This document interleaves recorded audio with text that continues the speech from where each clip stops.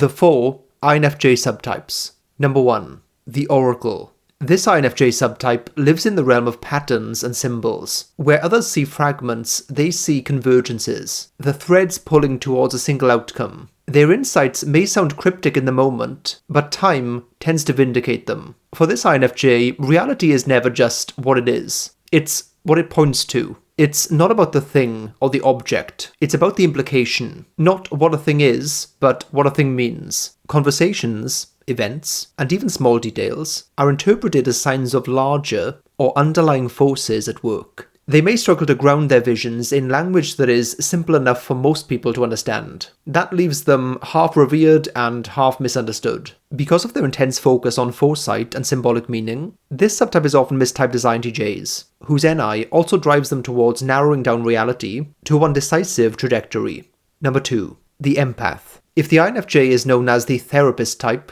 this subtype is why. More than any other, they are saturated with other people's lives. They are the most social INFJs, orbiting between friends, acquaintances, colleagues, with an uncanny ability to remember what matters most to each of them. They are social in a quiet but powerful way, never the loudest voice, but often the one people turn to when things fall apart. Their gift is presence. You feel seen, understood, and often safer just being near them. But this gift is double-edged. Their networks can be vast, but reciprocity is always rare. They know everyone's secrets while no one knows theirs. This subtype often falls into the role of healer, counselor, confidant, sometimes willingly, other times not so much. They're the INFJ who carries the emotional weight of a group, family, community, society even, but then struggles with their own personal boundaries.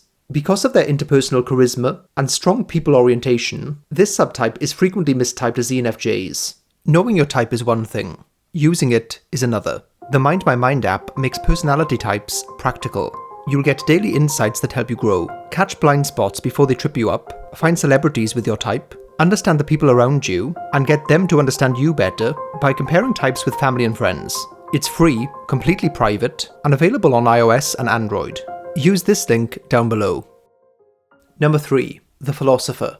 This INFJ turns inward, not just to see the patterns of the world, but to dissect the machinery of those patterns. They are the slow burners of the type. Exacting, precise, contemplative. Detached analysis is their mode. They scrutinize their own thinking, dismantle concepts to their roots, and then carefully reconstruct them. This subtype is somewhere between a sage and a scientist. They won't feel like either, but instead an alchemy. Two good examples are Sam Harris and Noam Chomsky. These kinds of INFJs are people-focused, but not necessarily on the person right in front of them, but on humanity overall. They can seem colder, more detached, and less empathetic than what most people expect from INFJs. This often leads to mistypes as INTPs, or sometimes even ISTPs, precisely because of that rational detachment they exude.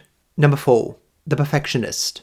If the stereotypical INFJ is accused of living in their head too much, then this subtype goes against that. They are acutely tethered to the physical and sensory, but not in a reckless or hedonistic way. Their SE is harnessed towards refinement.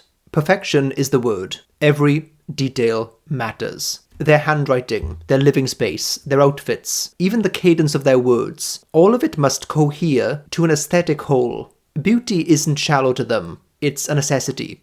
It's how they impose order on a chaotic world. This INFJ will be remembered for their immaculate presence. They may not say much, but their polish says plenty. Their appearance is never random. It's always symbolic of something deeper. But perfectionism comes at a cost. The unrelenting demand for flawlessness can freeze them. It traps them in endless cycles of editing, pruning, and self-critique. What might look effortless from the outside is in fact the product of restless inner labour. Daniel Day-Lewis's character, Reynolds Woodcock in Phantom Thread, is a great example. His life is an altar to precision and aesthetics. Every stitch, every meal, every glance must align with his uncompromising standard of beauty. He isn't simply vain, his obsession with detail is spiritual, even existential. The dress is never just a dress. It's an outward crystallization of the inner world he sees so vividly. This character very much shows the dangers of perfectionism too. Because of their aesthetic sensibility and detail orientation, this subtype may mistype as ISFPs, and sometimes INTJs, because of their insistent, exacting nature.